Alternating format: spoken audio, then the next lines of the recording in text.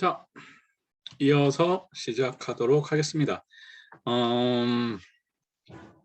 그래서 의료 서비스의 특성과 문제점과 해결 방안, 서비스의 특성에 대해서 쭉 이야기를 했었죠. 잘 알아두세요. 그래서 무형성, 동시성, 이질성, 소멸성 이 단어는 잘 알아두시고 특징을 알아두시고 그것이 한계가 뭐고 실제로 현장에서 어떠한 방식으로 그것을 해결하려고 하는가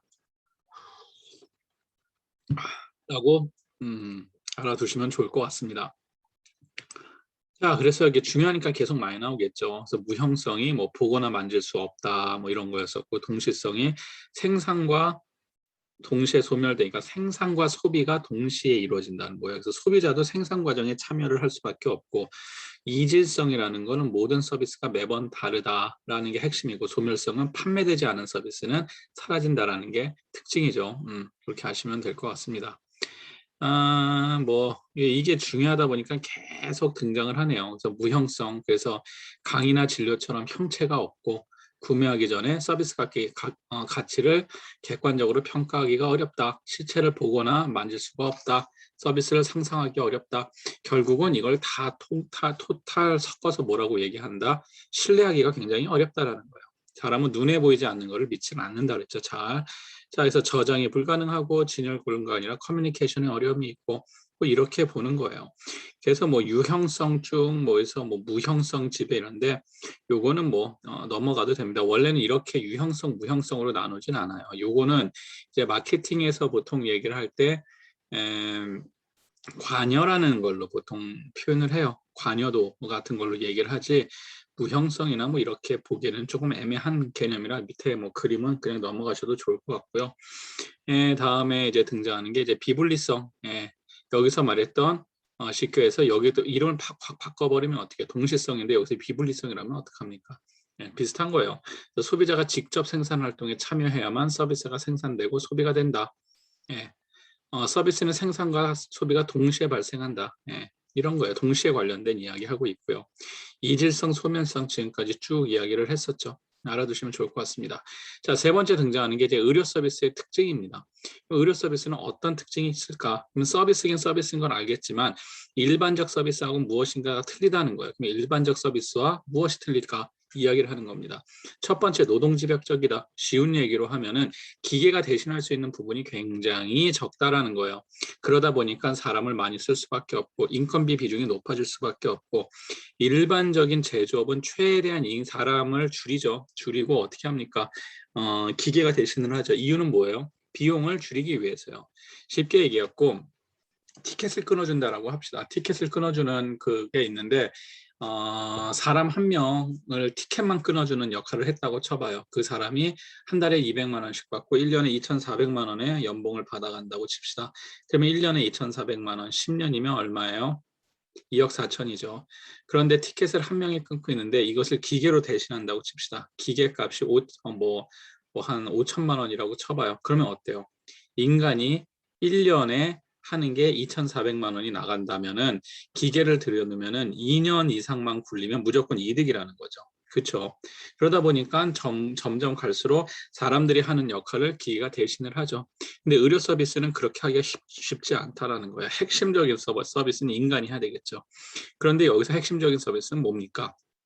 의료인들 관련된 직접적인 의료 서비스를 제공하는 업무가 하고, 그러면 그렇지 않은 쪽은 어떻게 해요? 컴퓨터가 대신하는 경우가 많아요. 어느 방향? 그러니까 의료 서비스 전체는 아니고 여기서 말하는 의료 서비스는 행정실 직원들이 하는 서비스를 는 빠지는 걸 이야기합니다. 의료 서비스 말이라도 그래도 의료인이나 의료 기사들이 하는 서비스, 인간이 아직도 해야 된다는 거예요. 두 번째, 여기 이제 관여도에 대한 얘기가 또 등장을 하네요. 관여에 대한 설명도 없는 상황에서 고관여도 상품이다 이렇게 되어 있는데, 자, 여기서 이제 관여에 대해서 이야기를 할게요. 제가 앞에서 언뜻 얘기하고 넘어갔었죠. 앞에 거 이건 관여도로 설명을 해야지 어떻게 이렇게 이야기를 하느냐라고 하는데, 자, 관여도라는 것은 마케팅에서 이제 쓰는 단어예요. 사람들이 상품을 이렇게 분류를 합니다. 상품을 분류를 하는데 이 상품이 고관여도 상품이냐 저관여도 상품이냐라고 이야기를 해요. 자, 고관여라는 것의 뜻은 무슨 뜻이냐면은 소비자가 어떠한 제품이나 서비스를 구매하죠. 구매하는 데 있어서 얼마나 많이, 쉽게 표현하는 거예요. 신경을 쓰냐예요. 얼마나 많이 신경을 쓰냐. 신경을 많이 쓰는 걸 뭐라 그래요? 고관여도 상품이라고 얘기를 해요. 그런데 아무 생각 없이 그냥 사는 것, 이거는 저관여도 상품이라고 이야기를 해요. 그냥 이게 정답은 아니지만 여러분들한테 쉽게 설명하려고 제가 이렇게 표현을 하는 겁니다. 자, 관여도는 여러 가지 기준에 의해서 나눠져요. 첫 번째가 가격이에요. 상품의 가격에 따라서 고관여도, 저관여도 스타일이, 스펙트럼이 나눠집니다. 두 번째는 뭐로 나뉘냐면 상품의 복잡성에 따라서 고관여도, 저관여도가 나눠져요. 세 번째는 뭐냐면 얼마나 자주 구매를 하느냐, 구매의 이제 구매 주기에 따라서 또 고관여도 상품이냐, 저관여도 상품이냐 나눠져요. 예. 그러니까 여러 가지 기준점이 있다는 거예요. 크게 이제 보통 이렇게 세 개 가지고 이야기를 하는데, 자, 그러면은 비싼 제품을 사람들이 더 많이 신경을 써서 살까요? 싼 제품을 더 많이 신경을 써서 살까요? 일반적으로 비싼 제품을 더 많이 신경을 쓰겠죠. 예를 들어서 100원 껌 사는데 사람들이 막 고민을 하고 정보를 탐색하고 여러 가지 노력을 할까요? 아니면 자동차를 살 때 훨씬 더 많은 노력을 기울일까요? 그 상품을 구매하는 데 있어서 소비자가 그만큼 많이 관여를 할까? 신경을 쓸까? 당연히 자동차나 집이겠죠. 비싼 상품들. 당연한 거예요. 그거는. 그렇죠. 그래서 일반적으로 고가의 상품이 저가의 상품보다 관여도가 높다라고 이야기를 합니다. 자, 두 번째 이야기했었던 게 제가 뭐였었죠? 고가냐 저가냐, 그리고 뭐 했지? 내가 말하고도 했네. 자주 사냐 아니면은 가끔씩 사는 거냐. 자, 자주 사는 상품에 훨씬 더 많이 신경을 쓸까요? 가끔 사는 상품에 신경을 쓸까요?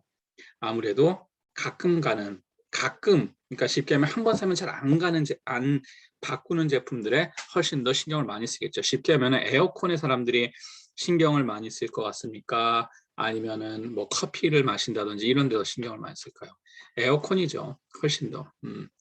물론 이건 고가기도 하지만 일반적으로 얘기를 할 때 자주 구매하지 않는 것들은 신경을 훨씬 더 많이 쓸 수밖에 없어요. 그렇죠? 자, 그리고 또 뭐가 있었죠? 고가냐, 얼마나 자주 하느냐, 자주 그것을 하느냐, 그리고 복잡성에 대해서 얘기했죠. 복잡한 제품일수록 훨씬 더 많이 신경을 쓸까요? 간단한 제품일수록 신경을 많이 쓸까요? 복잡한 제품일수록 신경을 많이 쓰겠죠.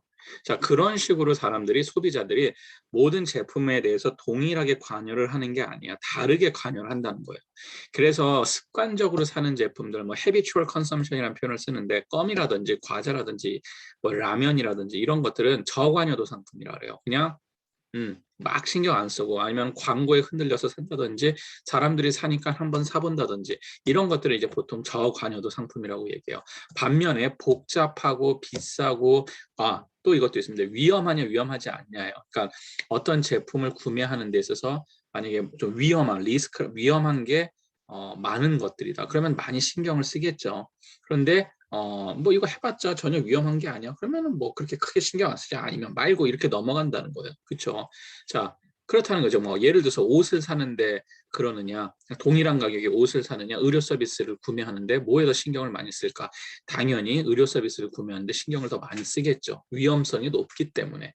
자, 이런 식으로 고관여냐 저관여냐를 했을 때 의료 서비스는 어때? 일반적으로 비싸고 그리고 자주 이제 그 컨섬션이, 그러니까 소비가 이루어지는 것들도 아니고, 물론 감기나 이런 것들은 저관여도 상품일 확률이 높아요. 그렇죠?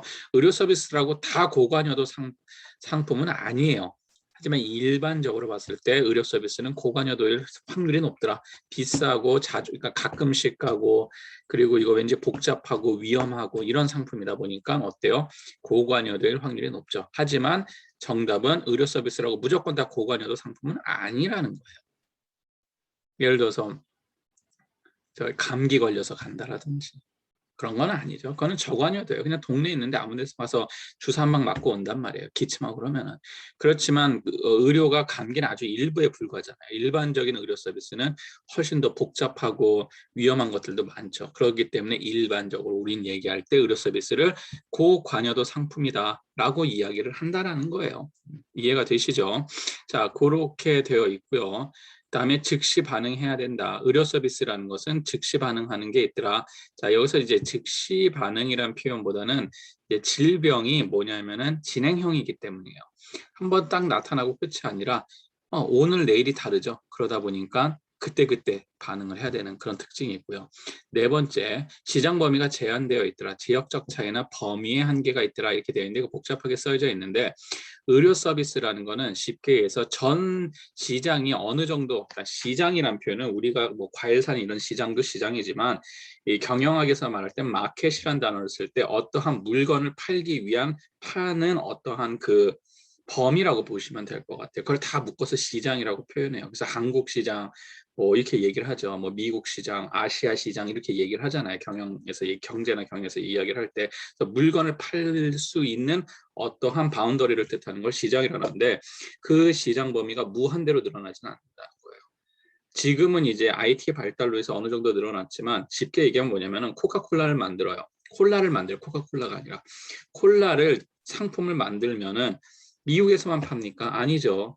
계약만 맺으면은 그 상품을 유통을 해서 한국에도 팔 수도 있고 소말리아에도 팔 수도 있고 전 세계 어디든 다 팔 수가 있어요. 쉽게 해서 시장 범위가 거의 무한대에 가까워요. 그런 것들 같은 경우에는. 그렇죠. 알코올 같은 경우는 술 같은 경우에는 무슬림 국가에서는 수입이 금지되기 때문에 시장 범위가 어느 정도 제한이 될 수도 있어요. 하지만 일반적인 상품들 같은 경우에는 시장 범위가 거의 무한정하게 퍼져 있다는 거예요. 자동차도 그렇잖아요. 반면에 의료라는 것 자체는 의료 서비스는 그 시장 범위가 다른 상품에 비해서 제한적으로 된다는 거죠. 지금은 뭐 이제 의료 관광도 있고 그래갖고 시장이 많이 확대가 됐지만 그 국가의 의료법이라든지 아니면 그 국가의 어떤 보건의료 시스템이라든지 아니면 보험 시스템이라든지 의료비에 관련된 거라든지 그러한 것들이 태클이 들어오기 때문에 시장 범위가 아무래도 일반적인 상품보다는 제한적일 수밖에 없더라. 라는 거 얘기할 수 있겠죠. 자, 그 다음에 단위 사업장이 상대적으로 소규모다. 이거는 기업체의 크기를 보면 돼요. 기업체, 여기서 피부과 썼는데 이거는 쓸데없는 얘기고 그러니까 말 안 하겠습니다. 자, 여기 보시면은 단위 사업장이 상대적으로 소규모라는 거는 의료 서비스 내가 아니요. 지금 우리가 하고 있는 거는 의료 서비스라는 게 다른 서비스 산업과 비교했을 때 어떠냐라는 거죠. 쉬운 예로 했을 때 호텔이라고 하는 호텔 서비스라든지 아니면은 뭐 식음료 서비스라든지 푸드 앤 베버리지 식음료 서비스라든지 뭐 스타벅스 같은 것도 식음료 서비스 업체죠. 뭐 아니면은 아웃백 스테이크 같은 경우에 자, 이런 데랑 비교해 봤을 때 상대적으로 규모가 어떠냐? 규모가 작더라예요. 왜냐하면은 상품을 만들고 상품을 제공하고 이러한 데들 같은 경우는 단위 사업장 자체가 대규모일 확률이 굉장히 크죠. 근데 여기서도 애매한 게 뭐가 대규모고 뭐가 소규모냐라고 말하는 거는 어불성설이에요. 예를 들어서 삼육서울병원이라든지 아니면은 삼성서울병원 사이즈가 웬간엔 스타벅스나 이런 데보단 크지 않아요? 그렇게 얘기할 수도 있겠죠. 그렇죠. 그래서 그렇게 단위 사업장을 뭐 소규모다 이렇게 나누는 것이 아니라 자, 한국에 보면은 종합병원이 있고 뭐 병원이 있고 뭐 의원들이 있잖아요. 그랬을 때 실제 의료 서비스의 90%를 차지하고 있는 건 뭐예요? 의원들이죠. 그러다 보니까 이렇게 단위 사업장이 상대적으로 규모가 작다라고 이야기를 하는 것뿐입니다. 뭐 그렇게 이해하시면 되고요. 품질을 측정하기 어렵다. 서비스에 대해서는 주관적 평가가 들어가기 때문에 품질 측정이 어렵다. 예를 들어서 자동차 같은 경우에는 뭐 고장률이 얼마인지 뭐가 얼마인지 숫자로서 나타낼 수 있다라는 거예요. 반면에 서비스 산업은 그게 어렵죠. 만족했느냐 만족하지 않았느냐 그 정도로만 하기 때문에 이 품질 측정이 명확하게 측정을 하기에는 쉽지 않다라는 거예요. 그렇죠? 누구는 만족할 수 있고 누구는 만족하지 않을 수가 있잖아요. 특히나 의료 서비스의 특징 중에 하나는 자, 의사가 친절하면은 품질이 좋은 거냐 의료 품질이 아니죠. 친절한데 엉터리로 만약에 진료하는 사람이 있다면 사기꾼이죠. 근데 친데레요. 겉에선 딱딱하고 차가운데 뒤로 정말 꼼꼼하게 진료하고 근데 겉으로 봤을 때는 별로 친절한 것 같지 않아. 그런데 이분이 진짜로 만약에 환자들을 잘 치료하고 진료하고 했다고 칩시다. 그러면은 이런 데가 어떻게 보면 품질이 높을 수 있겠죠. 하지만 환자 입장에서는 그것에 대해서 정확하게 어떻게 한다? 측정을 내리기 어렵다라는 거예요. 품질 측정이 굉장히 어려워요. 비슷한 게 교육 서비스예요. 대학 같은 경우에 그 만족도 같은 거 하잖아요. 저기 만족도라기보다 뭐 교수들 뭐 평가고 그런 거 있잖아요. 그랬을 때 이것도 실제로 품질 측정하기가 굉장히 어려워요. 어떤 걸로 측정할 건데 이런 건 가능하겠죠. 뭐 시간을 잘 지키냐, 뭐 이렇게 딱딱 정량화되어 있는 건 측정이 가능하지만 뭐 수업이 어떠느냐, 아니 배우는데 어떻게 그걸 정확히 측정을 하냐. 그런 거 비슷해요. 그래서 서비스 산업 특징 자체가 품질 측정하는 게 굉장히 어렵다라는 거예요. 누구는 친절하게 하고 있어요. 친절하고 하게 했는데 얼굴이 원래 울상이야. 그렇잖아요. 그러면 품질 측정이 정확하게 할 수 있느냐? 쉽지 않겠죠. 그래서 의료 서비스의 특징은 이런 식으로 되어 있더라. 그래서 노동집약적이다. 인간들이 많이 투입이 돼서 일을 한다. 고관여도 상품 설명했죠. 즉시 반응해야 되고 시장 범위가 제한되어 있고 일반적으로 제조업에 비해서 단위 사업장이 상대적으로 소규모라는 것이고 품질 측정이 쉽지 않더라. 자, 그러면은 이제 품질이 어려우면은 그럼 어떤 식으로 질 관리를 해야 되느냐 이제 이게 이제 의문이 되는 거예요. 그러면은 왜 질 관리를 해야 되는지부터 물어볼 수 있겠죠. 왜 의료 퀄리티, 의료 서비스의 퀄리티예요. 이건 퀄리티 관리거든요. 질을 관리를 해야 되느냐? 예, 답은 딱 하나예요. 의료 서비스의 퀄리티가 좋아지면은 환자들이 다시 올 것이고 만족할 것이겠죠. 퀄리티가 보장이 되면 만족을 할 것이고 만족을 하면은 재방문할 것이고 좋은 입소문을 낼 것이고 그러면은 그러한 것이 결과론적으로 그 의료기관의 수익을 증대시킬 수 있다라는 거예요.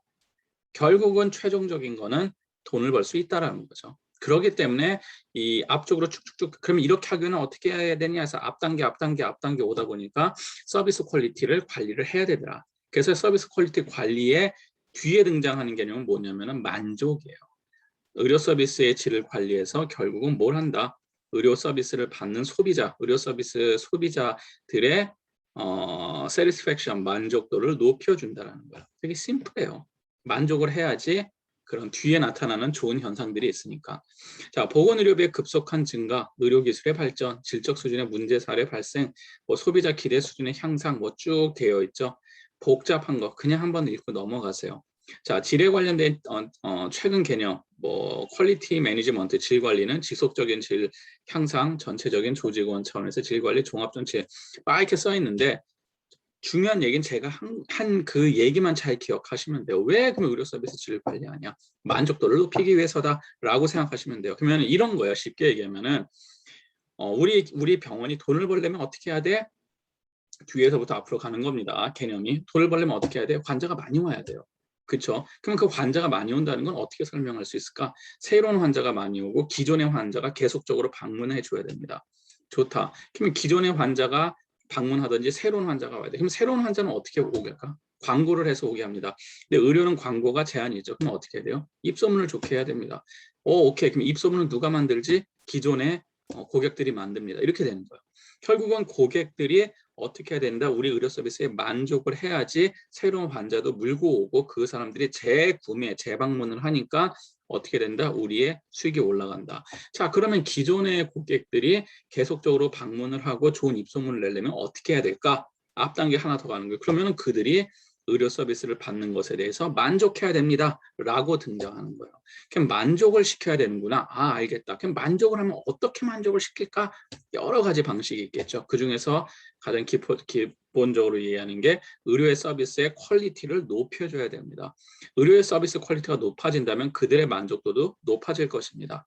환자들의 만족도도 그렇게 생각을 하는 거예요. 그렇게 연구가 나왔고 만약에 의료 퀄리티하고 환자 만족도하고 아무런 관계가 없으면 힘들어서 의료 퀄리티를 높일 필요가 있어요, 없어요? 없다라는 거예요. 없어요. 대표적인 게 어디예요? 공산국가라든지 아니면은 NHS 시스템에서 움직이는 국가들, 국가에서 의료 서비스를 다 컨트롤하는 국가들, 영국이라든지 아니면은 뭐 저기 이탈리아, 스페인 뭐 이런 나라들 같은 NHS를 해서 나셔널 헬스 서비스거든요. 국가에서 세금으로 의료 시스템을 운영한단 말이야. 공무원들이죠 다. 이런 국가에서는 어떻게 돼요? 의료 퀄리티 관리가 필요할까요? 필요하지 않을까요? 솔직히 굳이 필요하지 않죠. 상식적으로 생각해 보세요. 왜 힘들어서 해요?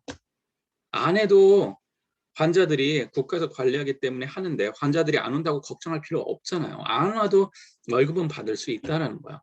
그러다 보니까 그런 국가들은 의료 퀄리티 자체가, 의료 서비스 퀄리티 자체가 떨어진다라고 요새 많이 이야기를 하거든요. 당연한 결과예요. 당연하잖아요. 그렇죠? 쉽게 해서 여러분들이 학교 앞에서 예, 떡볶이집을 운영한다고 칩시다. 근데 나 혼자 운영해. 아무도 없어. 저 항상 얘기죠. 그럼 뭐예요?